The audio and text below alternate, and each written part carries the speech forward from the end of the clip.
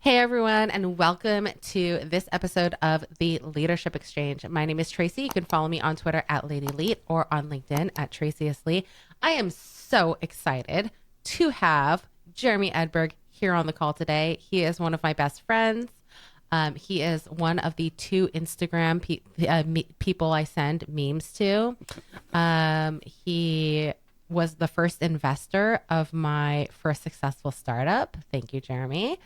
And oh my gosh, so many other things. So Jeremy, welcome to the show. Thank you. Devs, this one's for you. I've got 30 seconds to tell you about Wix Studio, the web platform for agencies and enterprises. So here are a few things you can do in 30 seconds or less on Studio.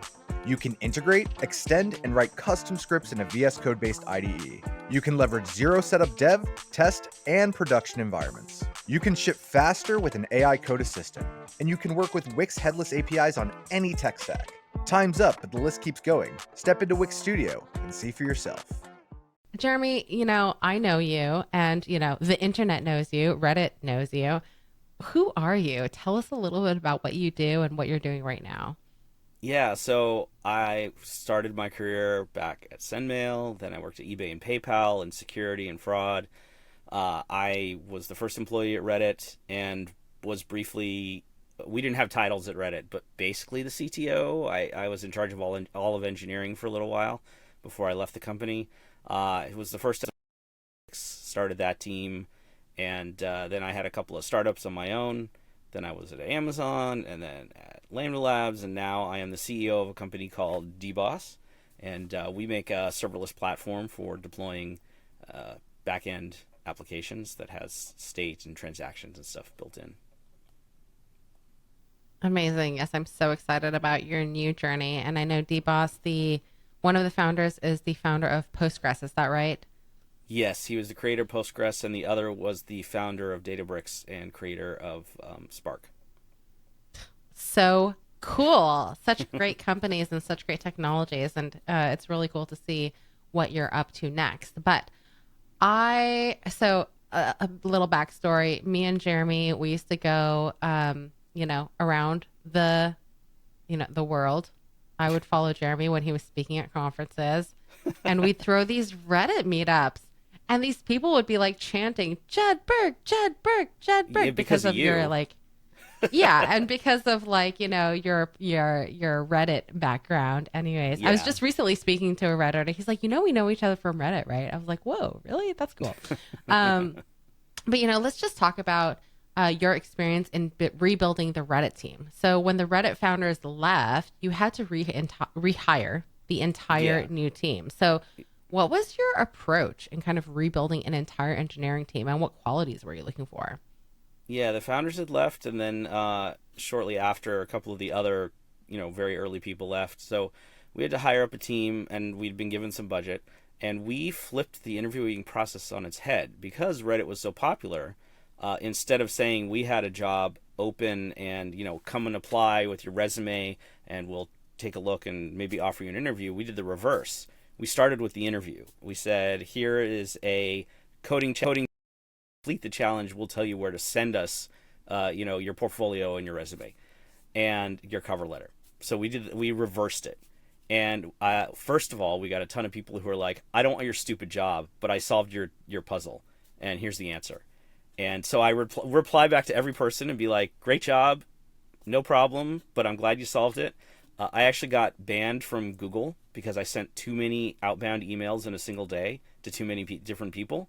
Apparently, they had a limit at the time of 500 different recipients per day. So I had to get them to unlock my account and explain why I was sending so many emails. But then, we got a bunch of people who solved it, wanted to do more, so we gave them a take-home coding assignment. They did that, and then we finally said, okay, give us your resume, cover letter, brought them in for interviews. And it worked really well. We got some amazing people who, most of whom ended up working there for like a decade or more. I recently saw them actually at the IPO because they had, only recently left Reddit, and in one case was still there. So they turned out to be amazingly good hires. But looking back, that was a terrible process, right? We put a huge burden on these people, unpaid, because they so desperately wanted to work at the company, and we took advantage of that.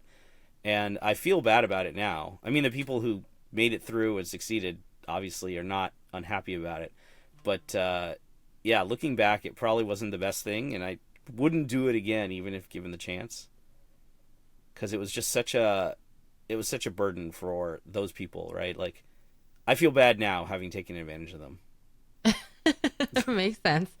So, Yeah. Reddit is a big platform. And I still remember when when you showed me like the Google Analytics, right? It was just wild to look at that much data happening at the same time, right? With Reddit. But, obviously Reddit needs to maintain and continue to scale, right? So how do you maintain continuity and, drive while rebuilding an entire team from scratch? Like, what are some of the most challenging parts of that? Yeah, I mean, that was actually probably the most challenging part, right? Is a whole new group. Really, we kind of had to reboot the culture a bit because, the original people weren't there. We had new people. The code was already there, and the code kind of drove the culture. And talking to them now, there's some people who are still upset that that code still exists and drives the culture to an extent. But yeah, that was kind of the way the continuity was maintained via the code, I would say, and with at least a couple of us still being there to sort of show everybody how it worked, right? I mean, for Reddit in particular, the community was a huge aspect of it. Listening to the community, doing what they wanted, doing features for the community. We used cards from the community and put them on the wall. Those were still on the wall in the office when the new folks started, so we could show them those cards. And then, to their credit, they even went further and digitized them all and put them on the website, and it was super awesome. So they definitely internalized that lesson of catering to the community. But it was a challenge, and I think they did a great job taking it where they did. I left shortly after we ended up hiring all those people, so. I really love what you said about, this culture being driven by the code. And I'd love to understand that a little bit more. What do you mean? So, I mean, the way the code was designed sort of forced the way that the team operated together, right? So it was the way that the modules were split up, the way the databases were split up. At first everybody did everything, but there was definitely sort of a separation of I work on this part of the product because it's already in a separate section of the code, and I work on this part because it's already in a separate section of the code. And so, and in Netflix, that was 100 times stronger because in Netflix it was like, and every team was basically based around a microservice, and they had different cultures depending on which microservice you were working on and stuff like that. And so it was sort of the beginnings of that, right? Reddit was a monolith, but it was at least modules, and so different people would kind of focus on different modules. That's really fun. So are there like angrier teams and happier teams? I mean, like I said, I left Reddit shortly after that when it was just a few people. Now they have thousands, and have teams that are, community and teams that work on back end, and I've met a few of the engineers, and yeah, there's probably at least a little bit of a difference between those who work on the back end anti-spam stuff. Yeah. Right? Those folks are definitely, I don't want to say angrier. They're not angrier. They're just more, I don't know, less. They have to be less friendly and forgiving about the community because all they see is the dirty, undirty people who are trying to spam and cheat and take advantage. Yeah, that makes sense. So Netflix was another one of the companies you worked at. I always reflect back on the time I spent with you at Netflix, hanging out at lunch, and I always kick myself for thinking, why didn't I just join Netflix if I was hanging out there so much? Same thing with Cloudflare. I feel the same way about, do you remember when we would go to Cloudflare when it was like 15, 20 people? Yeah. I almost worked at Cloudflare instead of Netflix. Mistakes were made, mistakes were made. But anyways, so, well, it was a mistake for me. It was a mistake for me for not joining, Netflix one of those two. Or Cloudflare. Yeah. Exactly. Yeah. So, a lot of people realize and know that kind of Netflix culture emphasizes this idea of a sports team and not a family approach. So what's your perspective on the philosophy, and how did it influence your management style and kind of the team dynamics as well as you were growing? Yeah, so I love that Netflix culture, and there was definitely most of the people who work there love the culture, right? Uh, but there was a few people who didn't like it. They would mostly leave, and a bunch of people who wouldn't come and interview because of it, and that's fine, right? Netflix is totally cool with that. But I personally liked it. I thrived in that. I liked the fact that even today there isn't a single person that I could point to at Netflix that I would not want to work with again. I would want to absolutely work with every single person I ever worked with at Netflix because the bar was so high and everyone was just so good, right? It was the only company I've ever been at, other than startups, obviously, where you don't look around and say, how does this person have a job, right? Like, it was a lot like startups. In startups, everyone's got to be a high performer or they're out, right? They can't handle it. And Netflix maintained that even though we had 1,000 plus engineers. So I think that was the biggest thing, right? Is just the high caliber, high quality. I really hope that everyone I worked with feels the same way about me, honestly. I think there was some recent news about the keeper test, and there was some recent news about Netflix kind of, I would say, reviving the keeper test. So can you explain a little bit what the keeper test is, and then how did that have an impact on you when you were managing and the team performance and morale? Like, how did that weave into your day to day? Yeah, so the keeper test was actually really simple. It was, if this person came to me today and said they want to leave, would I fight with them about it, or would I say go for it? And it was a really good test, and they did it top to bottom, right? Even the CEO would do that with the people that worked directly for him. Every once in a while, just ask himself, if this person came to me and said they wanted to leave, would I try to stop them?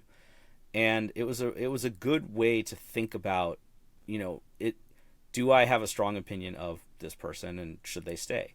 The reason it though is because somebody talked about how it was used and how it would lead to problems, because if you had a bad manager, they would be 100% in charge of whether this person remains in Netflix or not. And so some managers firing good people, and we would try to get those people back. There was a specific case I remember of a bad manager had fired two really amazing people. So we all went to that person's manager and said, you need to get rid of this manager. They're getting rid of good people, and they're scaring the rest of the good people on the team. Rid of that manager. And then we immediately went back to those two people that had been fired and said, hey, do you want to come back? We got rid of this person that was causing you problems. So good. They had already both gotten jobs, so we couldn't get them back. But, that was the downside of that keeper test and allowing managers 100% control. Time, it was really nice, right? It was when you wanted to hire someone, you sent an email to HR and said, I want to hire this person. And if you wanted to get rid of them, you send an email to HR and they'd say, what time today should we come by to let them go? It gave the managers a lot of leeway, which made things nimble, and it sometimes would cause problems. And it did mean that, you had to make sure that your manager always looked highly upon you. So, it did require you to become somewhat friends with your manager and always be in their good graces. And so, it was a double-edged sword. Now, for me as a manager, since you did ask that and I never actually answered you, what it meant was, I didn't think about it every day. Like, I didn't sit down every single day and think, oh, do I want to still keep this person? It honestly didn't come up all that much. Usually it only came up when somebody had done something where, it wasn't great, and I had to think about, okay, is this so bad that I wouldn't be mad if they left? And luckily, with my team at least, that never came up. There was always, people had done stuff that was like, that wasn't the best judgment, whatever, but it was never to the point where I'm like, I don't want to keep this person anymore. I still want them. They're still useful. They're still doing good stuff. I want to work with them and help them improve and instead. I love that. And you kind of mentioned also that some aspects of Netflix culture had to evolve. So especially in terms of supporting diversity and inclusion. What were some of those key changes, and when did those key changes start happening? I I left Netflix already 10 years ago, 9 years ago. Math is hard. I left Netflix about 9 years ago. So I think those changes happened after I left. I think probably within the last 4 or 5 years. I realized that some of those things were not the best for,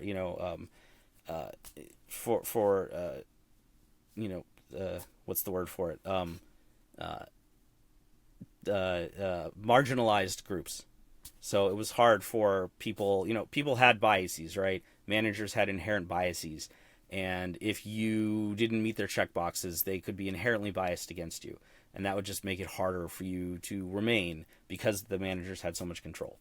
So they switched it around a little bit from what I've heard. I don't know. I don't work there. But from what I've heard, they've kind of made it a little bit more like other companies. So it's not just the manager anymore who's deciding who to hire, who to fire, to just try to weed out those biases against people who might get biased against.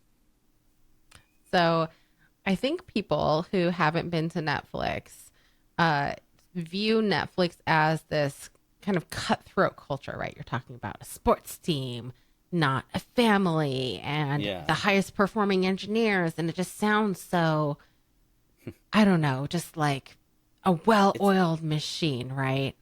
Yeah. But my experience, whenever I've gone to the Netflix campus, especially since it's in Los Gatos, which is a very chill suburb, right? It's very relaxed, it's kind of, right on the hills. And, there's that outdoor fountain, in the original building. I always feel very relaxed when I go to Netflix. I feel like it's so calm. There's not a lot of hustle and bustle, like if you go to Google, for example. And then I always feel like around 3:30 or so, everybody clears out to go pick up their kids or get on the bus back to San Francisco, which I think is a little bit counterintuitive to how people potentially think Netflix is. Because if you think about the Netflix culture and this sort of like high performing people and things like that, you would kind of expect everybody be there round the clock, coding, doing this, doing that. But do you not agree, Jeremy, that it's actually kind of a pretty chill place? Yeah, I mean, back then it was. So, I mean, a couple things, right? Think about a sports team. A sports team is probably the most collaborative environment you'll ever be in. Every teammate wants their teammates to succeed. And Netflix was the same way. It was super collaborative. It was the most collaborative place that I've ever worked at. Nobody was ever undercutting other people because we wanted to elevate everybody because of that sports team mentality, right? Netflix separated reviews from salary. Salary was, we're going to pay you the most that we can possibly pay you based on what you do. And then reviews were at 6 months after. It was as far apart as they could be. And so, that led to a culture of salary was not tied. We assumed performance was top at all times. And so because of that, you didn't have to worry about, am I going to get a better performance review and get more of the salary budget than, the person next to me? You don't have to worry about that. It made sense to elevate everyone around you because you wanted to be successful. And it was, as far as work-life balance goes, it was one of the best places I've ever worked for work-life balance because Netflix, especially at the time, was only hiring senior engineers, which meant most people had families, had children. And so it was super friendly to people with children. Everyone totally understood my kids, or my kid has a teacher conference, or they're sick today and I'm going to work from home. Like, that was totally fine. I didn't have kids at the time. And so I was there for many, many hours. But the parents would come and go, and they would work at night. That's what I noticed, is what most people do, not because they had to, but because they didn't want to put down what they were working on when they had to go pick up their kids. So they came back to it at night. If I logged on at 10 p.m., I'd see a bunch of my coworkers. They're like, I just put the kids down. I'm going back to what I was doing. That was actually where a lot of it happened. But yeah, at the office, some days I would show up at 8 a.m. and most people wouldn't roll in till 9:30. And then, like you said, people would be getting on the bus at 4 o'clock to go back to San Francisco. By 5 o'clock, most everyone was taken off. When I would stay there till 7 or 8 o'clock at night, I was often the only one there by myself. or with my couple of coworkers who also didn't have children and had nowhere else to go. But yeah, it was. I wouldn't say it was chill. I mean, the environment was chill, but the work was not. I love that. I love that because it's like you can do high output without being in a you don't have to be in a stressful environment necessarily for that to actually work. It wasn't stressful, which is awesome. I mean, other than during outages, but yeah, it wasn't stressful otherwise. Yeah. So, talking about just hiring and culture, because you've done so much of it and you're doing it currently in your current role at DBOS, but, you've built so many teams at companies that are known for their strong cultures.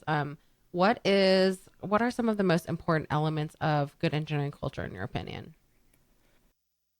So, good engineering culture, I mean, number one, you have to trust your engineers to do the right thing. You have to give them the freedom. You're not looking constantly over. You're not questioning every choice they make, right? You have to give them the freedom to make those choices. And you have to have a high enough hiring bar that they trust their coworkers. I think that's a huge one. Engineers have to have faith that if they rely on someone else to do something, that it'll get done in a timely manner and well, and they won't have to double check their work. So I think those are probably the two main cultural issues. So if you have a person who everybody says, oh, they're not doing good work, or I have to look much more closely at their PRs, that's the kind of thing you want to focus in on and figure out, is it a coaching issue? Is it a skill level issue? What is it, and how do we fix it, right? And I think that's the big one. And just having some fun. So engineers, depending on the team, can be super serious. And, this is my engineer work and I'm going to get my engineer. And so it's really important to make sure you inject at least a little fun, a little levity into every situation. I think that's really important. And some team, like at the Reddit team, we would play video games together every day after lunch, right? And we would always be joking with each other. Sort of the nature of the job. We'd be like, did you see that thing on Reddit that I read an hour ago? Because I was moderating the community, but I saw this awesome article. And that was always a ton of fun. And we were always having a lot of fun. And I'm sure they had to kind of pull back on that as they grew. But, stuff like that. Just having some fun times with each other, being friends with each other. You don't have to make sure everyone's a friend. Not everyone wants to make friends at work. And that's fine. But they should be friendly with each other. Yeah. Gosh, I remember when we first met, you were still at Reddit and it was just you and 3 other people. So was it? Yeah, probably. There might have been 4 or 5, but at most 5, yeah. Yeah. It's just wild to see how, so many years, and we're old now. We're old. You might be. Look, who looks older, y'all? Respond in the comments. Me? Yeah, respond in the comments and Jeremy? it looks better because she might shrivel up if you don't. So it's been many years since you've been doing this stuff with Reddit and Netflix, and obviously you've moved on to other different companies and things like that. How has your approach to leadership and team building evolved since your time there, and what are you doing differently now at DBOS? I'd say my biggest change in my approach is more about remembering the human, right? It's remembering that there's that these engineers, the people that are working for you, people with lives and problems and things like that. When I first started out managing people, it was really just, please get this work done and do it well and do it quickly. And now I spend a lot more time getting to know the people, their, what they want to share about their personal lives, if they want to share, giving them ample opportunity to share, almost be a therapist for them if they want that. Some do, some don't. But at least giving them that space to talk about themselves and, why something might not be getting done quickly or whatever it is, and just giving them a chance to sort of relate human to human, I think is probably my biggest change as wiser and slightly older. Yeah. Well, cool. So last but not least, what is the one piece of advice you would give to leaders looking to build engineering teams right now? Oh, the one piece of advice I'd give them, I mean, listen to this podcast and do everything we just talked about. No, I mean, the one piece of advice that I would give to a upcoming engineering leader is remember that engineers are human, and give them the space to be creative, give them the space to make decisions and be responsible for those decisions, and acknowledge that they can definitely be smarter than you are, and don't, assume that you know better than them. So make sure that you always listen to what they have to say, and give it a fair shake. That's amazing. Well, I wanted to end this podcast with thanking This Dot, who is our sponsor of the Leadership Exchange. Sometimes it's hard to bridge the gap between business objectives and tech implementation, and it can get messy. So This Dot, we are trusted by top names like Google, Meta, T-Mobile, Wikimedia, Bill.com, Stripe, etc. And we love helping business leaders fulfill their strategic digital initiatives. So you can check us out at thisdot.co. That's thisdot.co. Thanks everyone for listening to the Leadership Exchange. I hope you got a lot of really amazing, impactful insight from Jeremy. You can follow Jeremy on Twitter. Are you ever on Twitter anymore? Or should we follow you on Reddit? I'm not usually on Twitter, although I was there yesterday having a debate with someone. LinkedIn is a good place to follow me. Because I do occasionally post there, and I repost a lot of the stuff from our company. Okay, amazing. And where else can we find you? If we want to contact you, where do we find you? I mean, you can contact me pretty much anywhere, but you'll find me at Reddit and Hacker News, and you can certainly follow me there and contact me there. And Jedberg pretty much everywhere. If you search for Jedberg, you'll find me pretty much everywhere. Except for Instagram. That guy is a beautiful model, and I don't have that handle. Now I have to look back on who I'm messaging every day on Instagram. Yeah, you'll see that it's the ugly guy. That's me. Yeah, so the comments below have already determined that I look much younger, Jeremy, than you. But thank you everyone again for listening, and we will see you all next time.